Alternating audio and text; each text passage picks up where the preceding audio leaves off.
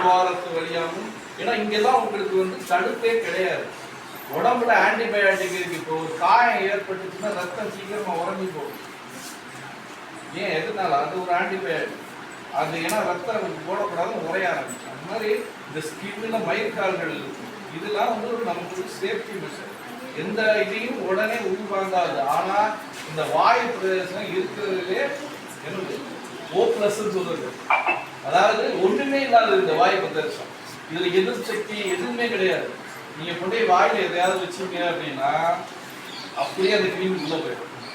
அதனாலதான் கை சுட்டுறது, கையில அப்படியே ஏதோ போற வழியில அப்படியே நமக்கு எடுத்து வாயில போடுறது, பொருட்களை தின்பண்ட ஆசை இருக்குன்னு நம்ம கையில வாஷ் பண்ணிட்டு அந்த பொருட்கள், அதே மாதிரி சுத்தமான பொருட்களை, நல்லா பேக்கிங்கா இருக்கிற பொருட்களை, வைக்காத பண்டங்களை இந்த மாதிரி சாப்பிட்டு பழகுங்க.